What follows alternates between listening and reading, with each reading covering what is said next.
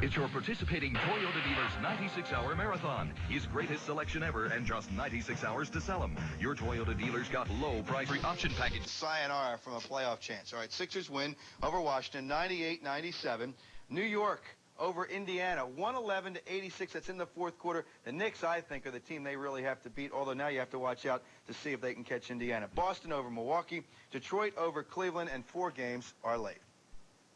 Phillies have not had a good road trip so far, and they are only playing in the second game. Now, offense was supposed to be the team's strength.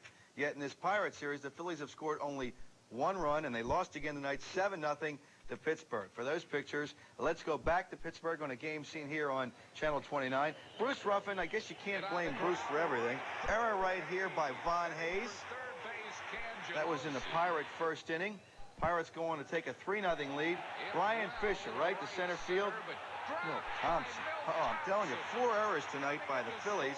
Not a pretty sight. Now, Brian Fisher, the pitcher for the Pirates, retired 13 in a row, including that strikeout against Mike Young, who started tonight in right field. Pirates try a little extra here.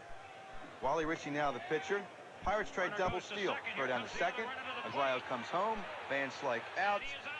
But maybe one of the highlights of the game. Now, how dull can things get when a Pittsburgh fan comes out to shake hands with Al Pedrique? Al Pedrique? Why would you want to shake hands with him?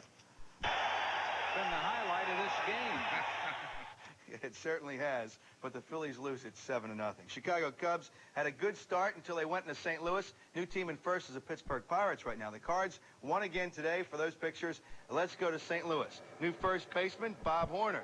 Not known for his defense, not known for his leaping ability, and not known for giving us the scores. But Bob Horner tries to do it all. The Cubs in the 9th inning tried a little razzle-dazzle double steal to try to tie the game up. It doesn't happen. Ooh, boy, if you look at the replay, though, it looks like he was, looked like he was safe. All right, scores in the National League. Pittsburgh over the Phillies. St. Louis beats Chicago 4-3. They won 2 in a row there. San Francisco comes back to beat Cincinnati 5-4. That won 11 innings. Atlanta still has not won a game. They ought to have a World Series between the Atlanta Braves and the Baltimore Orioles. Both pitiful. Yankees over Toronto. Milwaukee loses to Boston. Baltimore, that new manager's really done the trick in Baltimore. 9-3, Kansas City leads in the 9th.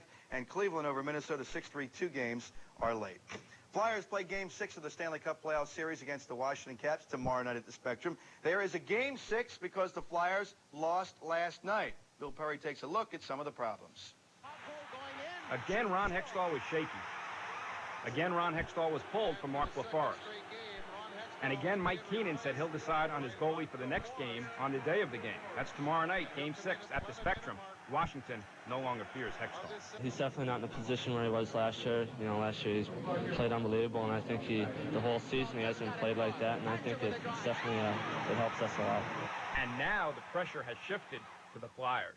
Thank you. You know, if we don't get by this run, there might be some changes here, and I think it's desperate for both not franchises, but just desperate series for both teams. You know, we certainly want to win the series, and we want to win 6 games. We want to win Thursday night in Philadelphia. If you had to come back here, could you do so with confidence? I'll think about that on Friday. I'm not going to think about that between now and Thursday night's game by any means. By winning at home last night, Washington, for the first time in its playoff history, won a game while facing elimination. It's a big step for us. It's a big step for the franchise. We're not out of the hot water yet. We're in the exact same situation on Thursday.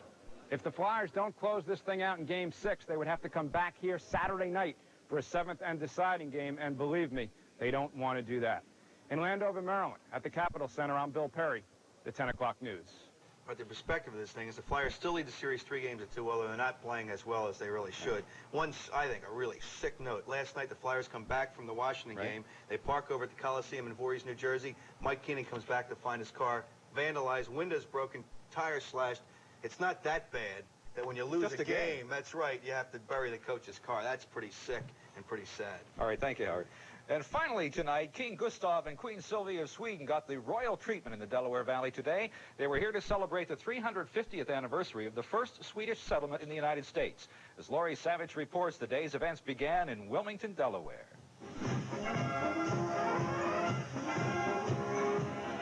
The royal couple marked the occasion by reenacting the landing of the first Swedes to settle in the New World.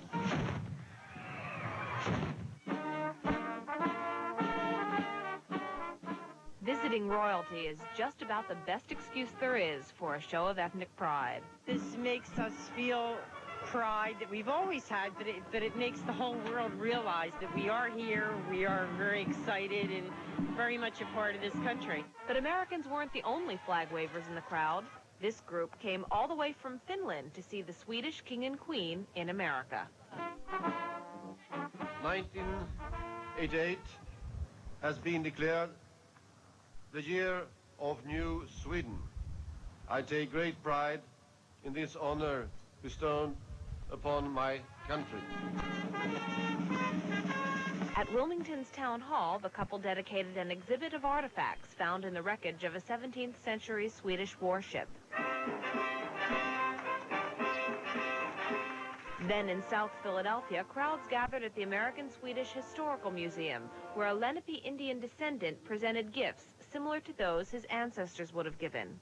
A beaver pelt and some tobacco. The King and Queen say the historical significance of their visit to the Delaware Valley has made it a high point so far in their American tour. The royal Swedish visit continues in New Jersey tomorrow. In South Philadelphia, Lori Savage, the 10 o'clock news.